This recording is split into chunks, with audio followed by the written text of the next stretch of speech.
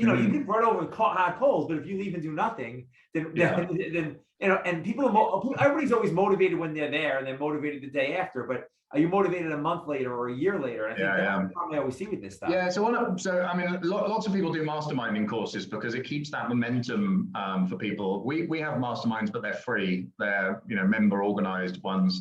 And the biggest thing I think that comes out of those, because I mean, it's not necessarily a knowledge pool. It's actually just an accountability thing. It's like having a personal trainer. You know, you don't eat a fucking massive burger and then go and train with a personal trainer. So you kind of, it creates that accountability because you know you've got to go and look the guy in the eye the next day.